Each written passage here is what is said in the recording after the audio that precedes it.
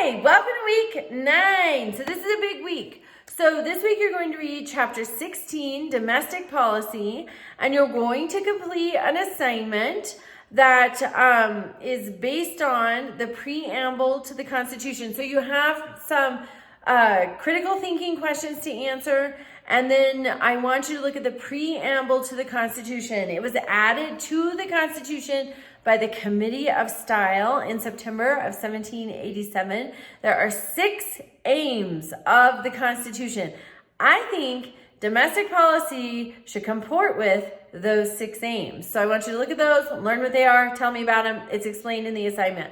Also this week, you're going to read chapter 17. There's some critical thinking questions. There's a foreign policy assignment. We're looking at the Constitution. What does it authorize? What does it say about foreign policy? But also, I want you to look at your government in action. So in July of 1787, we have the Northwest Ordinance. This was really not on my radar until this weekend.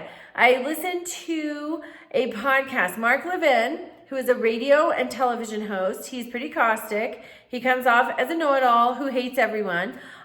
He interviewed Larry Arnn. Larry Arnn is the president of Hillsdale College in Michigan. And Larry Arnn has a much more appealing personality. And so Larry Arnn said that for years, like decades, in the United States Code, at the beginning of the United States Code was printed the Declaration of Independence, the Articles of Confederation, the Northwest Ordinance, and the Constitution. So what is the Northwest Ordinance? It was passed in July of 1787. What is going on in July of 1787? There are delegates in Philadelphia who arrived there in May of 1787. And what are they doing? They are writing a new constitution because, as you already know, the Articles of Confederation was a train wreck. And so they are writing our Constitution while also we have this Northwest Ordinance coming in. And in the Northwest Ordinance, I want you to read the whole thing, but particularly Article 3. It's a paragraph. I want you to read it because in it, it talks about the importance of education. And it says the means of education shall forever be encouraged. So keep in mind, whether you love or hate the founders, they created something that has lasted. Next year is the 250th anniversary of the Declaration of Independence. They were brilliant.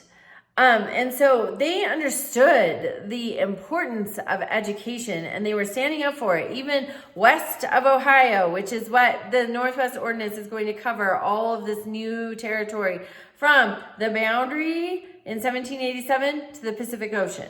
Okay, and so then also it says, the utmost good faith shall always be observed toward the Indians. Their lands and property shall never be taken from them without their consent. And in their property, rights, and liberty, they shall never be invaded or disturbed unless in just and lawful wars authorized by Congress. That's July of 1787. Enter Andrew Jackson and the Indian Removal Act in 1830. The Indian Removal Act was signed by Jackson on May 28th of 1830. And then in December, he was giving an address, he was giving an update to Congress. And he said, removal would incalculably strengthen the southwestern frontier, clearing Alabama and Mississippi, clearing, not purchasing, clearing Alabama and Mississippi of their Indian populations, he said, would enable those states to advance rapidly in population, wealth, and power. So we see here the government in action. And I want you to understand, the government is not just this mindless thing. It is, as Abraham Lincoln said, of the people, by the people, for the people. And it requires, it demands, in order to function correctly, that its electorate, that's you, that's me, that's you, that we are paying attention, that we are voting. And when we go in to vote, or if we vote by mail, we do so from an informed position. And that is not scrolling on your phone. That is not how you become informed. You become informed by consuming reputable news, scholarly news, reading newspapers, reputable newspapers, reading books. That's how you become informed. Everybody knows those 2-second sound bites that we see when we scroll on our phones. And people who can only espouse 2-second sound bites, they're empty. And you know they're empty. You don't want to listen to them very long. It's the people who take the time to read, to truly educate themselves and become informed. They have influence. They have influence in the ballot box. They have influence everywhere that they go. Become those people. You can have a tremendous influence on everyone in your life for the better. And that will spill over to a tremendous influence for the better of the whole country. I hope that's one of your biggest takeaways from this class. All right, have a great week and reach out to me with questions.